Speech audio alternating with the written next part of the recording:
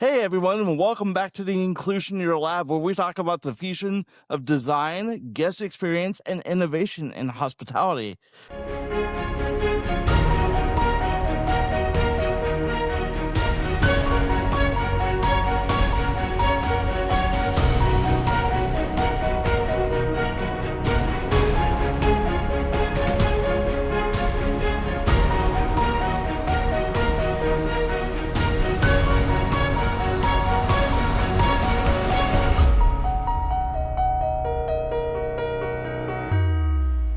Today, I have a very, very, very emphasis special guest with me, Mr. Craig Sullivan of CLIC Connect Media and the CLIC Connect podcast, and a really good buddy of mine. So, Craig, welcome to the show. So excited to have you.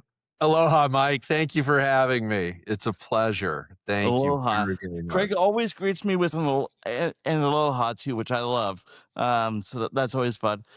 Craig, I know that most of the people probably watching and listening to this know who you are, but for those that don't, can you just give us a little bit of brief background on who you are, what you do, and why you're here? Well, why I'm here is because you gave me an invitation, and I appreciate that. I've been in the hotel business for more than 3 decades now. Started out with a title insurance company and was doing the title escrow / settlement services across the nation and some international work as well. I was vice president of development with a hotel company, and then I was CDO with a boutique firm. And all total, I've helped underwrite and close nearly $25 billion worth of hotel transactions nationally and internationally. Wow.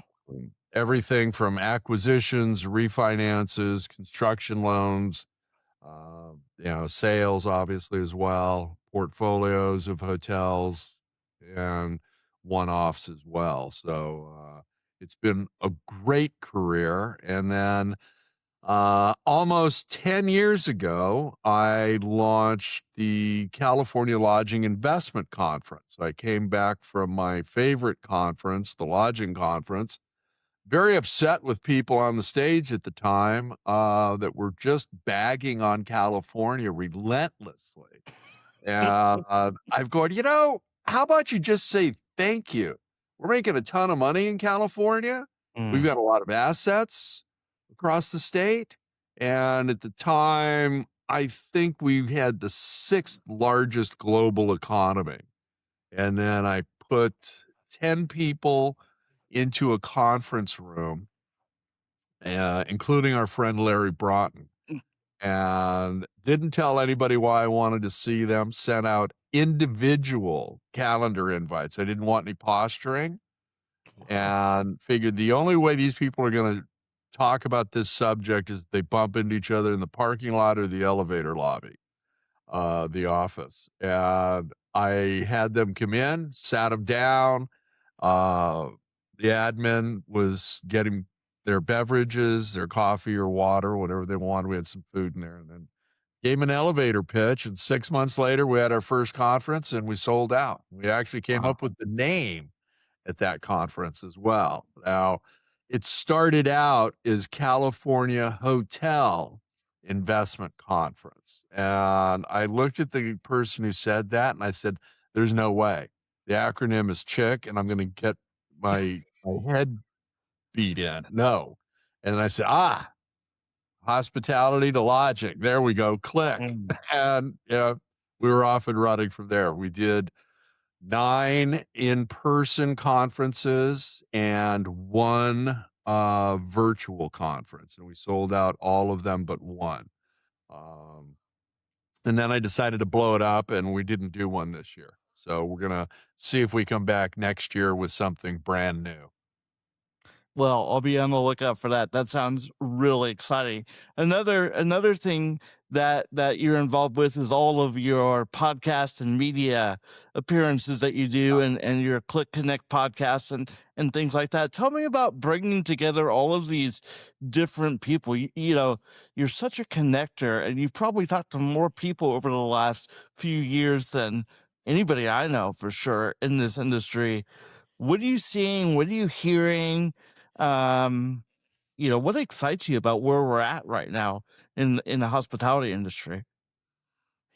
That's a great question, Mike. And it's funny, there's always something exciting. There's always something on the horizon, good, bad, or indifferent. Mhm. Um, it's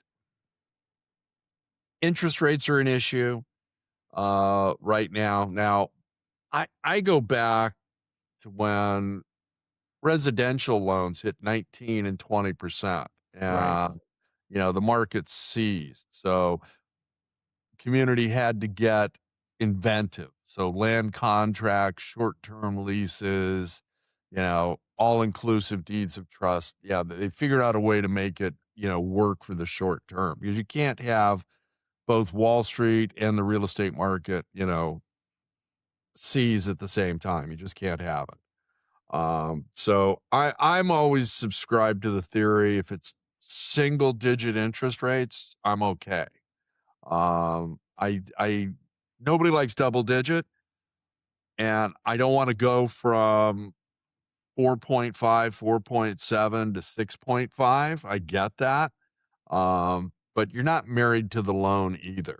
And this is where Mm, bank relationships come in. This is where, you have your finger on the pulse. I'm part of a group that I meet with every month, and there's over 20 of us, and 18 of them are lenders for mm, different banks, credit unions, insurance companies, anybody who wants Wall Street.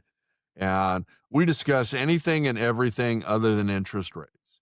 That's the only thing we cannot discuss. mhm, mhm. Where they're, and I should say that in predictions, okay? And also these guys have enough sense where they don't say what their current rates are to the group, okay? Because it could be misunderstood. So, those are the things that keep me going. And the other thing is AI.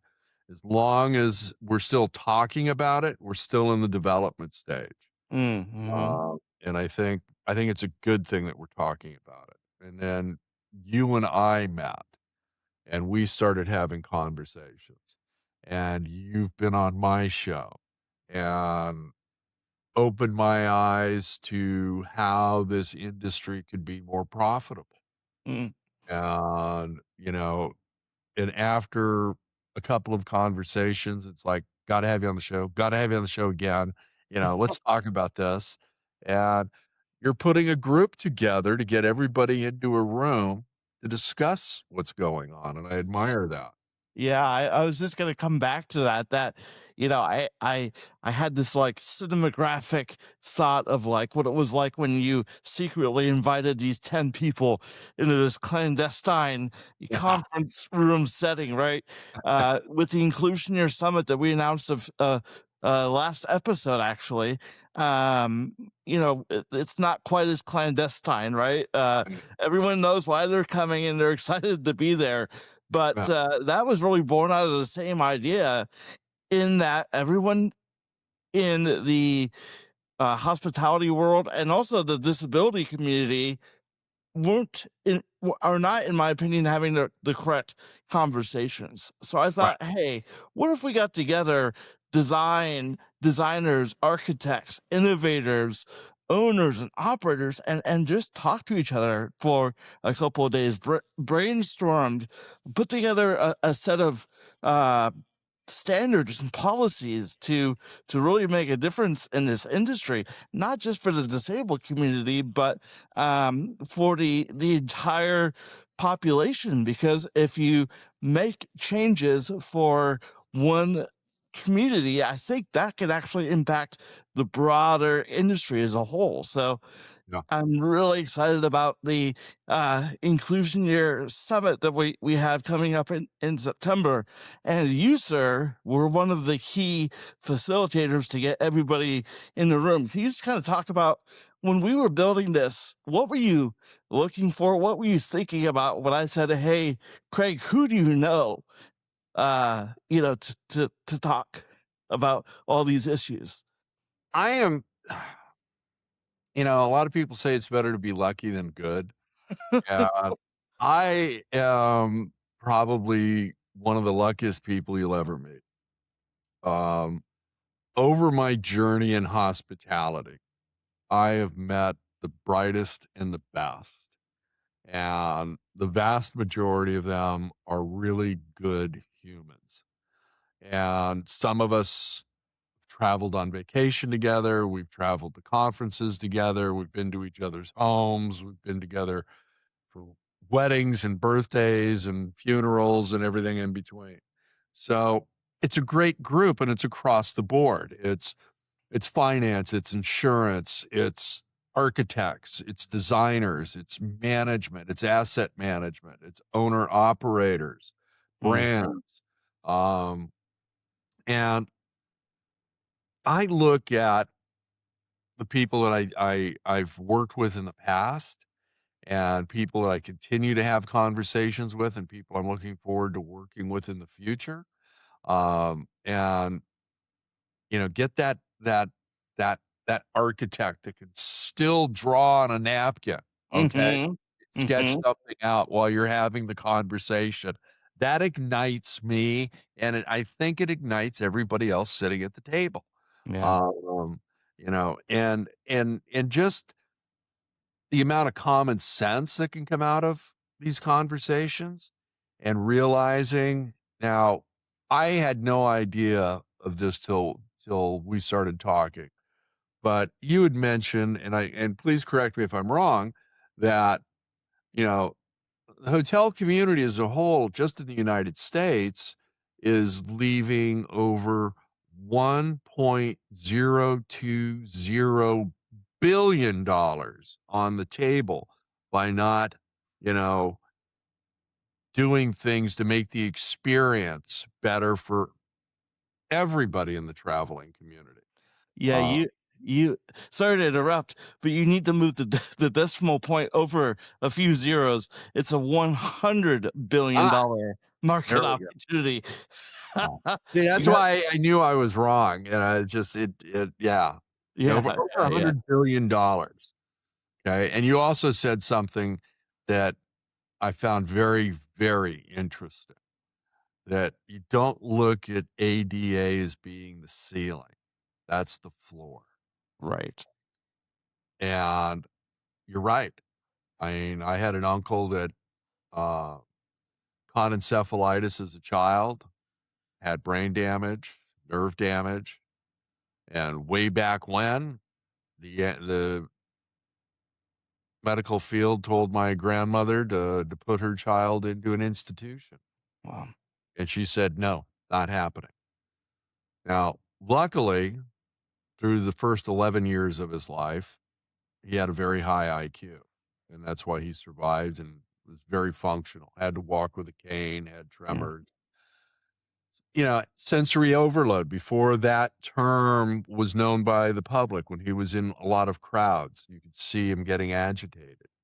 Now, my mother had him living with us prior to me being a teenager after her mom passed.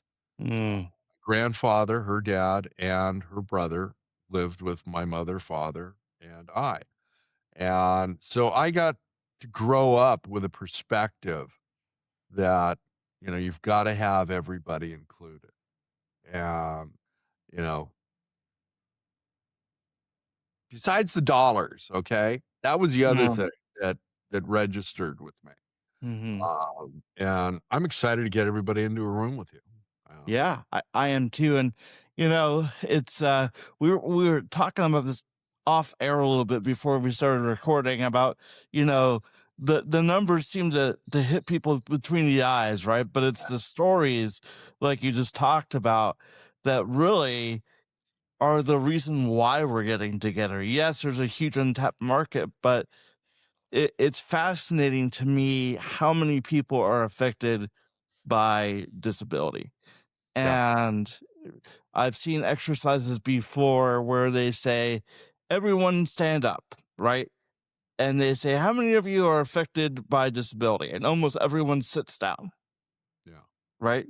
And then they say, well, hold on a second, everyone stand up again. Yeah. How many of you have a family member who, like you said, has encephalitis and had impairments?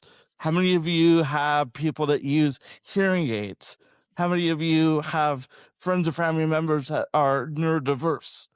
Yeah. And pretty soon, no one is sitting down because everybody, in one way or another, is affected by disability, right? So, Absolutely. Absolutely. And, it's prudent on us. And by us, I mean our industry, you know, to enhance our hotels, to enhance our services. Are your people at the front desk trained? You know, mhm, it's more than having a front desk at two different levels, right. far beyond that. Yes. And, you know, back in my day, okay, um, we were a lot more entrepreneurial. And Mhm, the way you're approaching this summit with not going to the brands, going right. to the independent boutique owners, operators, Mhm, that's their lifeblood. How do they compete with a Marriott Res System or pick any brand? yep. Okay. Um, and you've seen the brands, you know, readjust their thinking. They launched their soft brand so that they can include, the boutique operators. Hey, we can help you in your bottom line. Okay. Mhm, We're not going to be as rigorous on our standards with your property. We understand that you're an entrepreneur. We understand that you're part of the community for the most part. And you see that a lot. And that's where I look at a lot of our hotel brethren and our sisters that they really are part of the community. They do a lot. Um, you know, my neck of the woods in California, we've got wildfires. And the hotel community is the first one there to take in the people that are displaced. They're also there to, help the firefighters when they get off and they've got a little downtime. They can mm, get a meal, sleep in a bed, not, in a tent. Okay. mhm, So we always do a lot. And you're better, independent, branded boutique operators, they understand that they have to be part of the community. mhm, And I think when you tell them this $100 billion market is there, yeah, they're going to have that aha moment where their eyes get wide and, you can mm, see, the calculators going off and going, yeah, but you know what? This is also a right thing. It's the right thing to do. yeah. Let's bring people in, you know, let's include everybody. So I think this is going to be an amazing event. I think it's going to produce a great white paper, Mm, ultimately, and I think it's gonna be that living, breathing document that you're gonna need to update every couple of years. I would agree. Celebrate the victories where you are seeing changes and the stories, and that's why I like podcasting so much. I love the Mm, stories that everybody has. They're all yep, different. They're all exciting. And this is going to be part of that. And you and I are going to record all of this.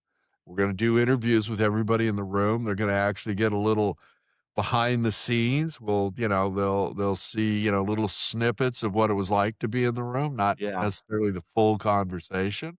But yeah, I'm looking forward to this. So am I, so am I. You're giving away and it's fine, but you're giving away so many fun secrets that are gonna be up my sleeve. But yeah, we're gonna make this totally because we're talking about inclusivity in general, this is Right. going to be an inclusive event. Even though it's a closed door session, the public is going to be able to see, like you said, some of these moments and some of these sessions that we're putting together are so exciting in terms of this is not going to be your typical conference where people are standing behind a lectern or, Right. a panel discussion with 5 people up on a stage with their legs crossed. We're going to get into the weeds on some of this stuff. We're going to, get out the whiteboard, get out the sticky notes, and really figure out how we can improve the industry as a whole. I'm so excited about this. I just cannot wait to see what happens over the course of a day and a half. Like, it gives me chills to think about. And we're just a few weeks away, so I can't wait to see what happens. So, um, Absolutely. And, all these people are dynamic. None of them are afraid to speak. And you're giving them, for lack of a better term, a safe space mm, to talk. Okay. And flush ideas out. Okay. And, I think you're gonna see that there's a lot of passion in that room.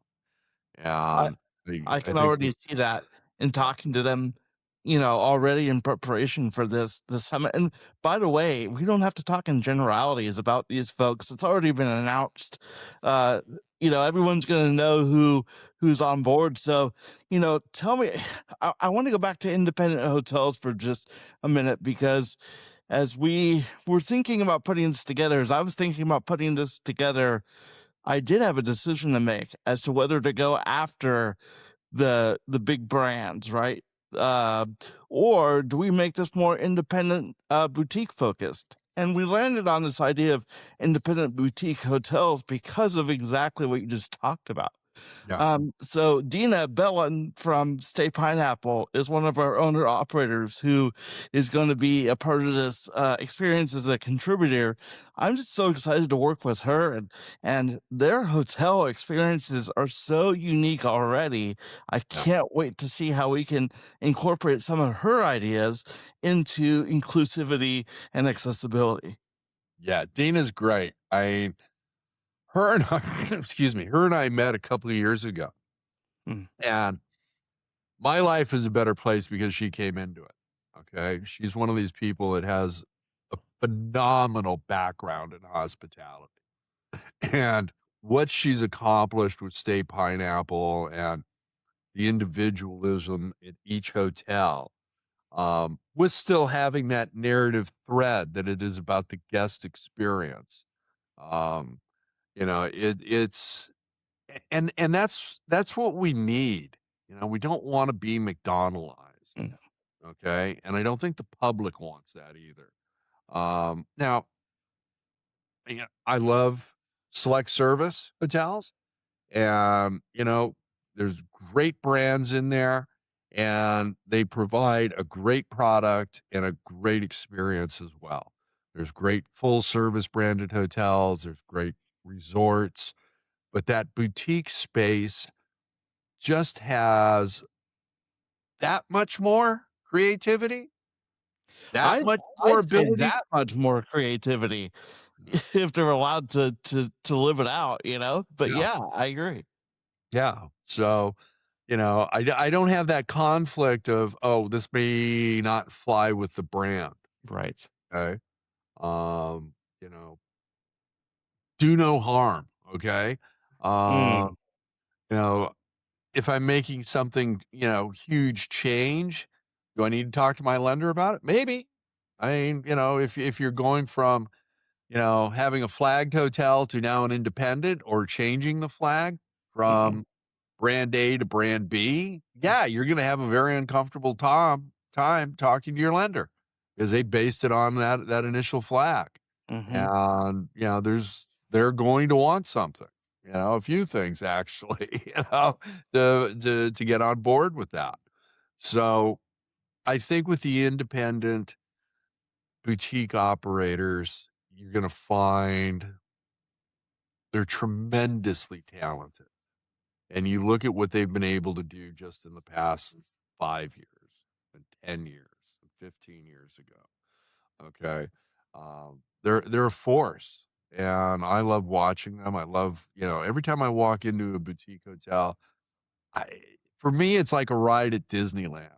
I'm walking around, the lobby, looking at everything, see how they incorporated, different things about the community, about the history of the hotel, Yeah. those type of things. And then I get up into my room and, you know, I might be up in San Francisco staying at a boutique hotel, and I'll look over at the nightstand and there's a pair of earplugs, and I smile. It's not a detriment to me, okay? Right. They've still got the original windows. There's an architectural issue, and they can't just pop them out and put new ones in, Mhm. okay? But they provided the earplugs, okay? So that Mhm. makes me smile. They thought of that, okay? It's just the little nuances when I walk into these places that gets me excited. Yeah, it's funny. Before I started this work, I never really thought about boutique hotels because I always thought there was going to be they were a detriment to what I needed from an accessibility standpoint because I couldn't really trust, are they fully accessible? Do they know? Yeah. But the truth is that I don't really have that trust with the big brands either. Or as our friend Dina says, the beige boxes, which I thought was a great way of saying it. Yeah. So, and you spoke about soft brands earlier. Joie de Vivre with what you and Larry did, and W Hotels. How do we make sure? I'm kind of branching out here. How do we make sure that these independents can stay independent going forward? How do we uh take control, I guess? How do we maintain control of these independent brands? Well, again, first I need to correct you on something. I was never part of JDV. Okay, that was Larry. That's where Larry started. I worked for Larry at Broughton Hotels. So that was many years down the road. But I look at these pioneers of boutique hotels Mhm. and what they've done, and they were acquired by brands. And at the core, you've got to make a few decisions. Okay, if you've massed, I don't know, 10, 15, 20 hotels, and you're someone like me and you're aging out, you've got a responsibility to your associates and to the assets Mm, besides your investors. And you've got to make the right call. Okay, what is our succession plan? Do I just simply move away from day to day and go into a board position and we elevate the team and everybody's on board with that? Everybody, nobody's looking for a payday right now.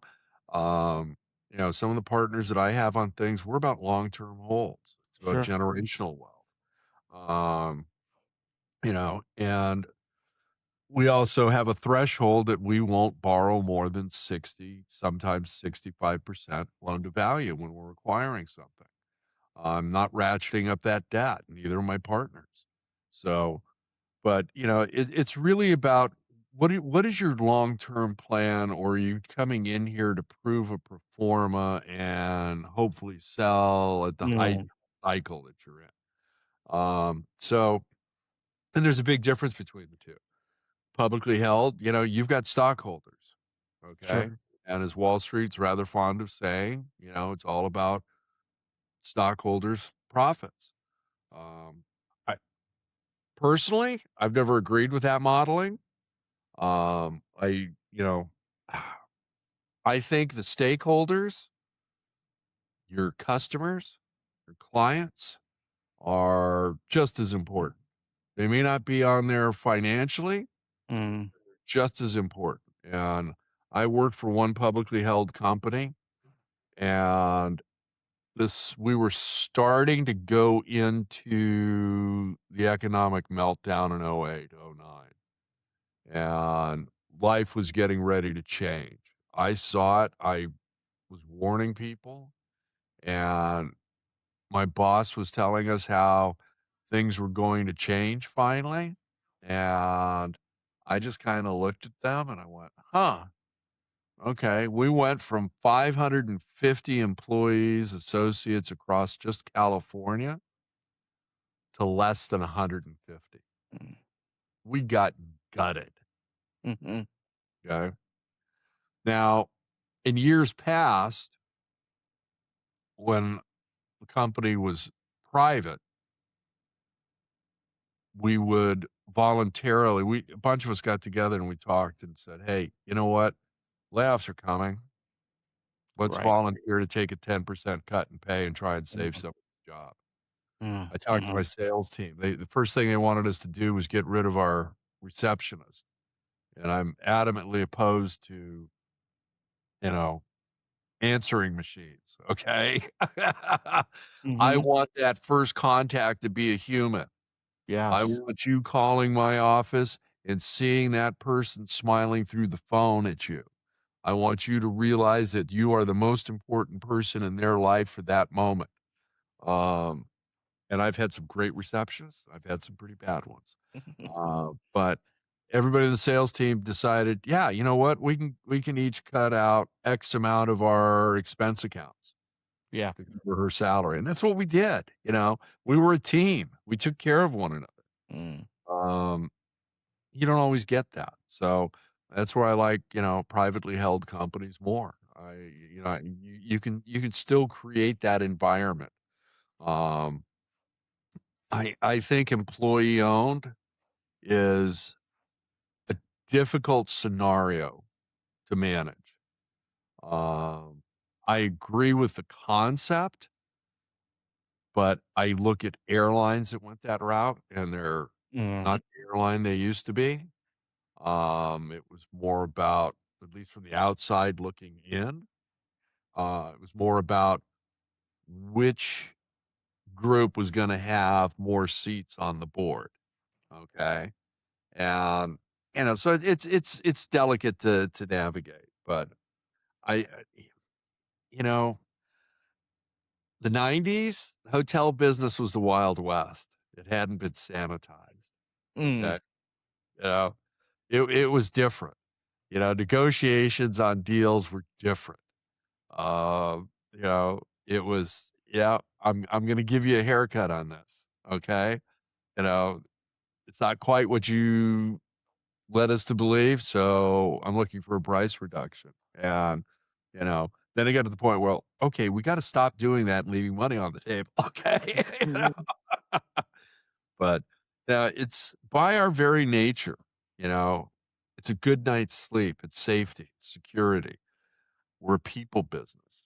That's why I'm not afraid of AI. I think AI is a great tool, but it's a tool. And I think that AI is never going to understand a bad night's sleep. No. Okay. They're never going to understand horrible water pressure in the shower. Mm, Okay. And we've got to make sure that we keep our humanity and we take care of the humans coming in our door and our four-legged friends as well. Um, absolutely. We're both big dog people, so that makes total sense, and I am so looking forward to having some of those conversations during our summit as well. I yep. mean, don't mean to name drop, but Bashar Wali is gonna be a part of this thing, and that's what he talks about on a daily basis Yeah. on his platforms, LinkedIn and other social media, is the human element. I think to your point, if we lose that and replace it with technology, just like what you mentioned a few minutes ago about replacing the receptionist in Yep. 2008 or whenever that was, right? It's going to be a very similar thing. Yep. Now there are ways to make things better with technology, but if you just completely replace it, replace the human experience with technology, man, it's gonna be difficult. And I think that as reliant on technology as we are today, it makes us crave human interaction even more, Yeah. and that special touch Yeah. of somebody I actually agree with you. greeting you in the lobby when you arrive versus checking in at a kiosk like Southwest Airlines or something Yeah. like that, right? Yeah, it was funny. Larry and I worked on a deal together and helped a family develop their first hotel. And it was quite the experience. And the hotel turned out beautiful. Okay. It was in the middle of Silicon Valley. And back then, our conversations were how much tech is too much tech? Wow. Because these people have been surrounded, encapsulated, Mhm. turned into human pretzels all day with tech. All Mhm. right. How much is too much when they get here? Let's make this that bastion of refuge where they can come in and, you know, not have to worry about anything. We didn't even have a front desk. We had Mm. a receptionist and an iPad who was constantly walking the lobby and checking, with the GM if there were, anything was out of order, and it changed the way we operated that hotel. Mhm. And I thought it was a good thing. Mhm. Um, and it's okay. I detach myself from this on the weekends typically. Okay. I'll throw it in a drawer. It's like, I don't care who's calling. I don't. I want to play with my dog. I want to Yep. go down to the beach. I want to get in the water. I want to have a cold beer, Mhm. barbecue. Okay. It's pretty simple. You know, I eliminate friction on the weekend. Now, 10 years ago, 15 years ago, 20 years ago, no, I was on call 24/7. Everybody knew they didn't matter what time of the day or night, they could call me and I'd pick up my phone. Okay. And, as I've gotten older and as I've slowed things down, it's just one of those things where it's like, my son and grandson are coming over today. I'm going to go spend the day with them. I'm going Yeah. to go have fun with them. I leave the phone in a drawer. I know my son's got he's the quintessential professional, and he's got 2 phones on him at all times right now. One's business, one's family and friends. Okay. Mhm. Mhm. And it's like, nope, I never did that. I only had one. The other one was always in a desk. It was charged, on, and forwarded to the other one. So, Yeah. Yeah. Yeah. Crazy, crazy times we live in. And, yeah. you mentioned that hotel on the heart of Silicon Valley. That was in walking distance to where I lived for a Really? long time. I could walk there from my house, which, by the way, used to be a Shell gas station. So Station. if you Yeah. talk about boutique hospitality and how it can fit into the modern world, that Yeah. was a Shell gas station that you guys transformed into a brilliant boutique independent property. I mean, just amazing, and I love the idea, by the way, too, of the reception, not the receptionist, the front desk clerk or whatever walking in the lobby with an iPad. I Yeah. think that's one of the things from an accessibility standpoint, that I actually want to talk about at the summit because why do we walk up to the Yeah. desk? Yeah. Um Shouldn't we be greeted when we enter the door? Now, uh, by the same token, I don't always love being hovered over either, right? You walk into Right. the lobby and they're standing at the literally at the entrance. Hi, how can we help you today? So Yeah. I think there's a nuance to that, right? Yeah. But there's got to be a happy medium between the two. Because for somebody who's disabled, that first exchange is often so awkward, Yeah. Yeah. and It it's doesn't need nobody's to. fault. It's Yeah. it's nobody's fault. That's one of the things I tell my clients all the time. You, it's not your fault. You're not ready to have that interaction with the guest. Yeah. Yeah. And ready from a data standpoint, that's where technology comes into play. Okay, this individual is gonna need X, Y, and Z, but Yeah. then from a human standpoint of not having the training, as you mentioned, or even the resources to make it right. Yeah. Um, so that if I say, you know what, that room doesn't work for me, uh, the front desk clerk says, "Oh, let me see what I can do." He runs to the back to talk to Yeah. his, manager, and it's not normally a GM. It's a manager in the back, right? They don't know either. So Yeah. there are so many things we can do to make that experience better, not just for the guests, but for the staff as well. I agree with you, and I think, it's 2 things. It's the design, number Mm, 1, okay?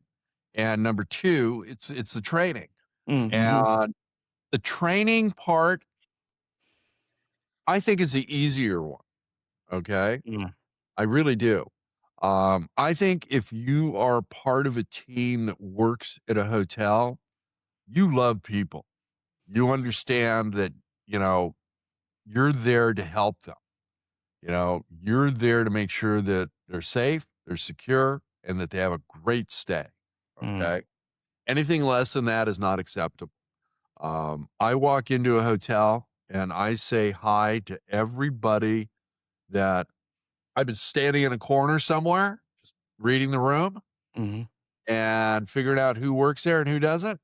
And by the time I'm ready to go, either use the kiosk to check in or go to the front desk. And sometimes I like going to the front desk because I want to mm, hear reaction from somebody. mhm, But as I'm going there, I'm seeing somebody and I'll say hi to them.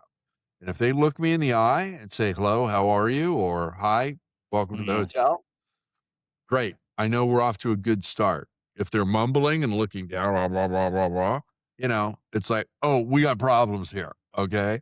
And those mhm, problems are easily changed. And, that's why I like team meetings. You build everybody up, you know, get that team meeting before the shift starts, that extra couple of minutes, get everybody mhm, amped up for the day. Okay. Let them know what some of the issues are and how they should be handled, and move through it. Um, it's a dynamic shift in some hotels, but in others, it's second nature. Okay. right. And that's the joy of staying there. And you look forward to coming back to that hotel. I had Mhm, some friends of mine that owned a rather large hotel at LAX. And every time I was flying out of there, they'd comp me a room. They'd also let me leave my car there for the duration of my trip. mhm, And, I tipped everybody and they were always welcoming, even though I'm not spending really any money. My food and beverage. Okay. That was it. mhm, Um, but they always took great care of me. I was always very appreciative. It was one of the perks that I had for being in the industry. You know, I did a lot of work with their company, and they said, "Yeah, anytime you need, just come up the night before, stay here, and you're not pressed for time in the morning. Leave your car here. Don't worry about it. It's all good." I said, "Okay, great." I did. So, there were others where, they'd give me an employee rate. It's like, "Thank you very much," and I'm, yeah, I'm yeah, really happy about that. So, you know, but every guest has a level of respect that needs to come out from every associate, every team member. Okay. We were talking before we started recording. There's always that one person that's just going to complain about everything all yep, the time. Okay.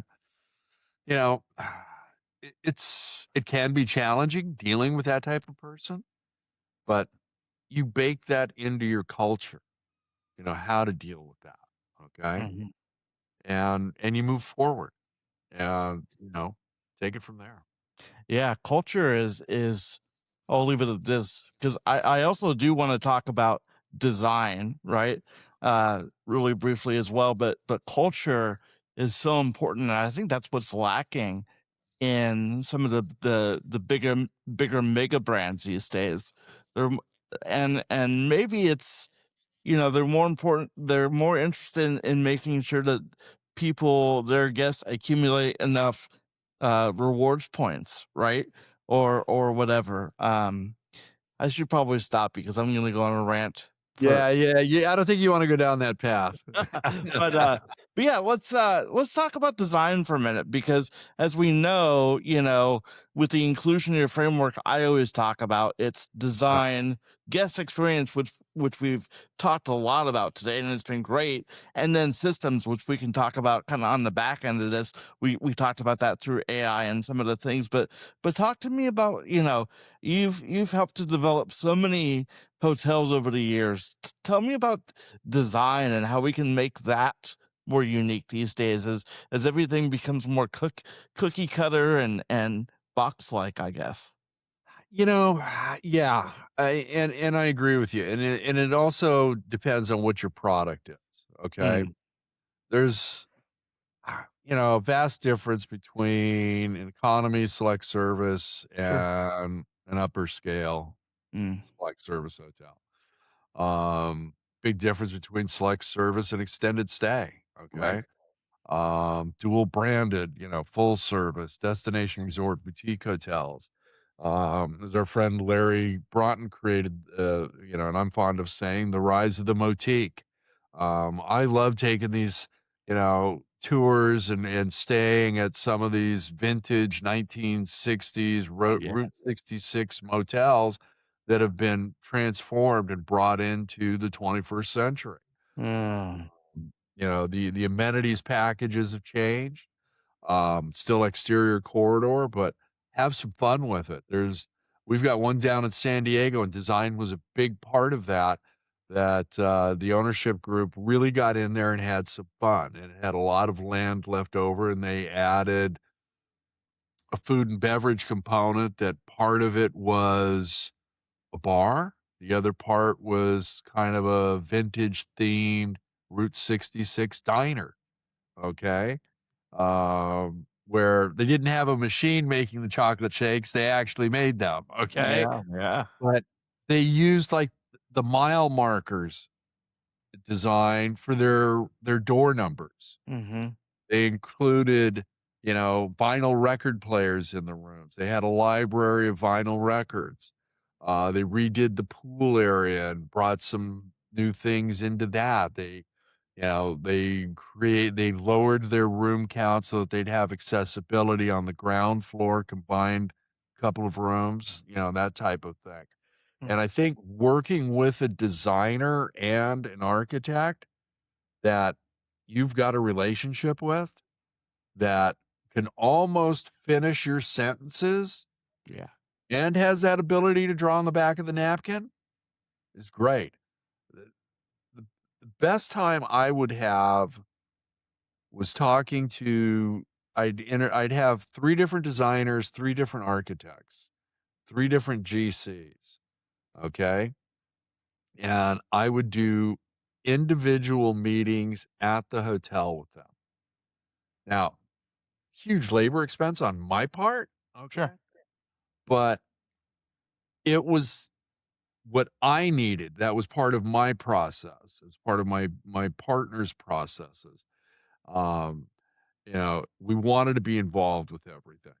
And I'd have phone calls with each and give them kind of the Reader's Digest version over the phone.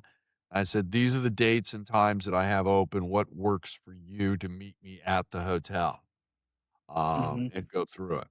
And some of them would show up with a book that they created, okay, with fabrics and colors, and they got my idea of California beachy feel and, mid-century modern and, various other things. So I find that creative process not only rewarding, but it's also, if you've got the right GC Hmm. that understands hospitality, understands what's required with Title 24 out here for energy and water and ADA, it makes the job easier.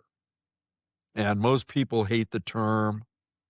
Um, uh, it's when you're doing value engineering, everybody thinks immediately you're going to get cheap. Okay. Mm, Now, at that hotel that you saw that was on your old gas station, they had purple velvet seats in the restaurant.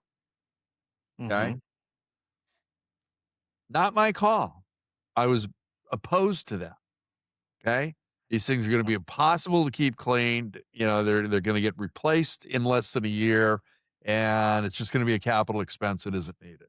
You know, so sometimes value engineering should be a tool to get you to that effect and the response you want from the guests, it, and it you need to incorporate that. yeah, it's so fascinating. Because we're doing the Inclusioneer Summit, I've talked to dozens of hotel owners and operators, right? Trying to pitch them on why, designing for everybody is important. I hadn't had a whole lot of conversations with designers and architects prior to this, but this idea of value engineering keeps coming up. This is the third episode in a row I think I've done that the person on the other end of the line here has mentioned value engineering, and it's like, do I really want to talk about value engineering? Is this that nuanced? But I think it's so important as well because a lot of times value engineering, the first thing that goes is accessibility because they Yeah, think, oh, that's higher labor costs. We're increasing the size of the room, and so we're taking out the number of keys in the property, things of that yeah, nature. But a lot of times, if you factor it in, this can actually be a revenue generator that exactly. can offset the value engineering that you're doing with the velvet seats or what have you. Yeah, That maybe 1 in 1,000 guests are gonna go, I stayed at the XYZ hotel because they have the most luxurious velvet seating in the bar area. yeah, Well, 1 in 4 people in America have a disability. So which yeah, which one are you gonna choose, you know? exactly. And I think that's the approach to look at. I mean, you know, let's take the design of the lobby Mm, and say the lobby bar. Okay. mhm, You know, boutique hotels smaller. Okay. The ingress and egress patterns really need to be looked at and understood for everybody. Okay. You know, I like it when I've got a bar that's at two different levels. mhm, Okay. And, if you and I were to go into an establishment down the street from my house and I said, let's go have a beer over here. We'd get out. They've got an exterior lift that takes you right up to the front door. Then we go in, and then they've got on a curve of the bar, it's lowered. mm, And that's for, you know, somebody in a wheelchair or somebody to sit down at. right. Don't have to be up the bar. We can be at the same level, and we can have our conversations, and we look forward. And if there's sporting event or something on TV, we can, make our comments back and forth on that, and kind of, wrap this into a really great conversation. Order some what I call pub grub, and have something to eat. Okay, and enjoy the stay. Now, I get it with you know you don't have a massive lobby. You've got a lobby bar, and you got to try and monetize every square inch, but it's also about how you monetize it. Right. Do it in a way that's not insulting to anyone, okay? Mhm, Um, but those points of I&E and being able to get in and out, get over to the restroom, get over to the elevators is critical. And that's where I think, you've got a world-class architect and designer that get it, and they understand that, and they work that in. And yeah, somebody may say, well, but if we do this, it'll save us here. And yeah, but wait a minute, look at the traffic patterns and how can we make this accessible for everybody? How can we make sure that the rooms are done right? The grab bars, do they need to be at two different levels? Mhm. Do the light switches need to be, at 2 different levels? Do the braille signs, I mean, that list goes on and on. Now, the one that I really wanna see is some sort of unification on light switches, because I can never find them, okay? Is it on the cord? Is it a touchpad that's part of the base? Is it up by the I give up. It's frustrating, we did a thing on Friday Night Audit about hotel pet peeves, and that was one of them, so I remember that episode. I watched that. You guys did the March Madness, yeah, like, bracket, pet peeves thing. I remember that. That was fun. Well, man, I've really enjoyed this conversation. I'm so excited about the Inclusioneer Summit coming up in September. yeah. We're gonna, like I said, have some amazing content for you. I just want to kind of you do the rapid response questions. So I'm going to do Okay. these with some of our event participants that we've talked about a lot of these folks so far, with the exception of a couple. Let's talk about Larry Broughton. What comes to mind? Larry Broughton is an amazing human. It's his humanity that comes out with me. And never get caught on a country road with him driving, okay? Because he grew up doing that nonsense and he still does it. Uh, but he's an amazing human. He he cares, and that comes through. Okay, it's authentic. Um, I love it when he walks into a room because everybody in the room gets whiplash. Who's that? You know, it doesn't help that he's like 6'5", okay? Right. Or no, he's probably gonna say 6'3" or something like that. But uh he's just an amazing, caring human and somebody that I have a tremendous amount of respect for. Okay, next, Dina Bellin. Love Dina.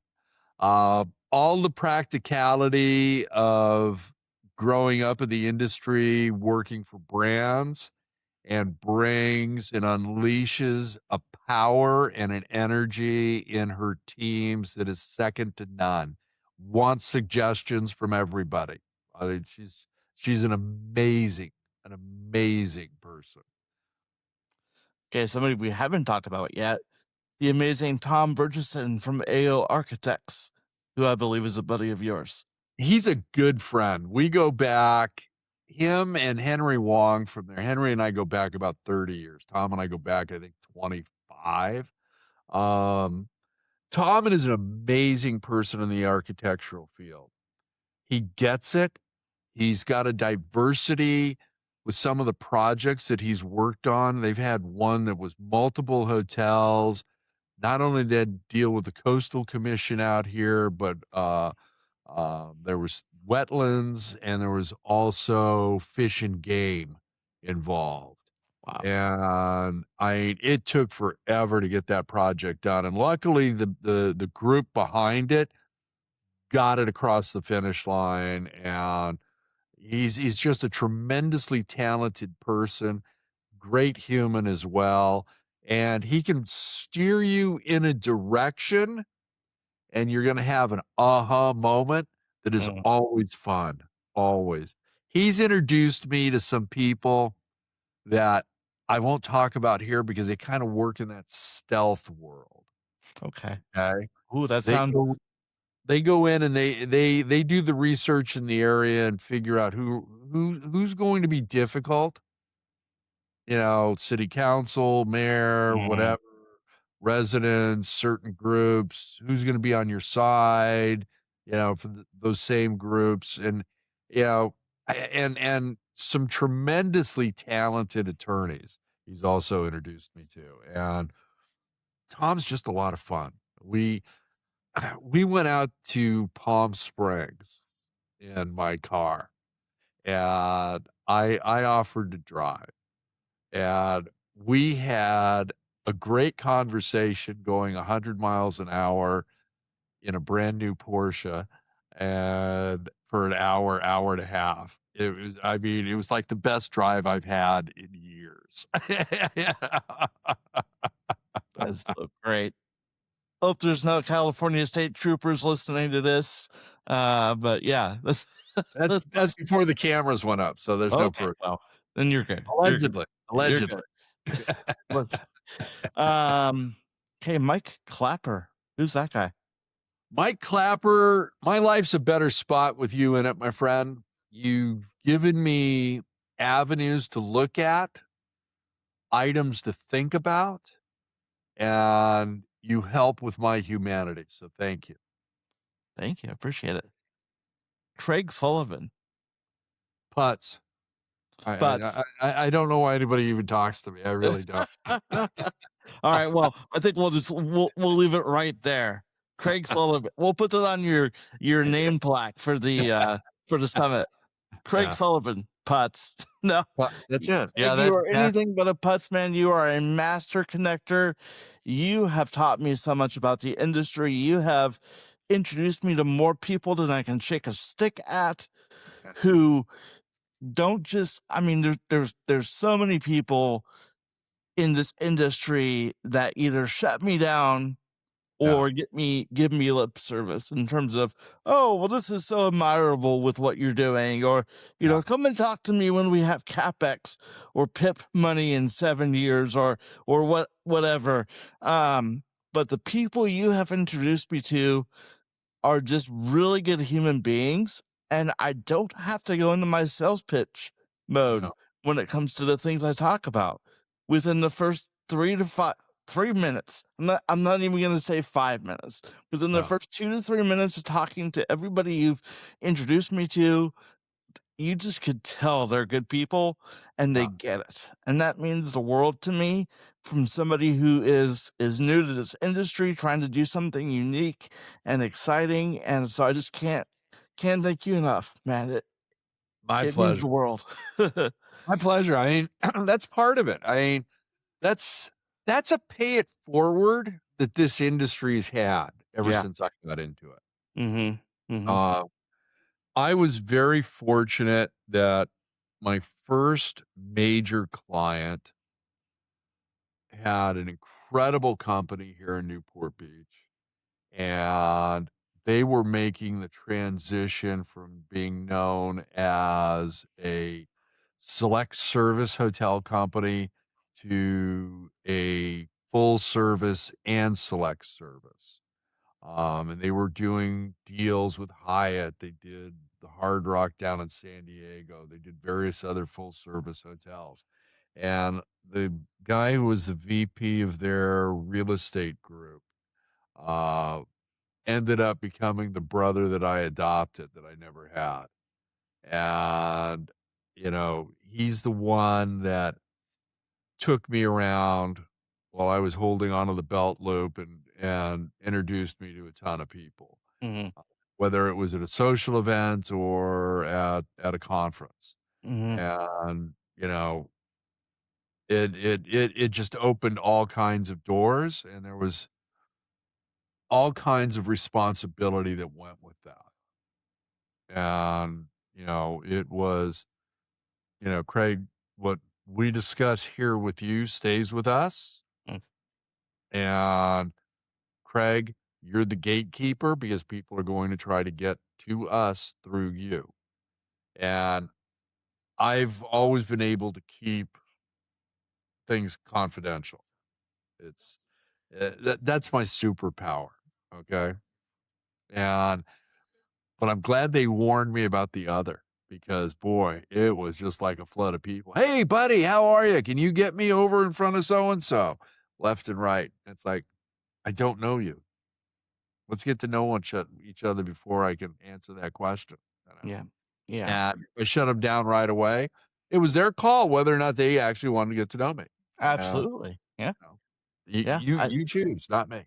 So I've been in the exact same position. As you know, we've talked about this offline as well.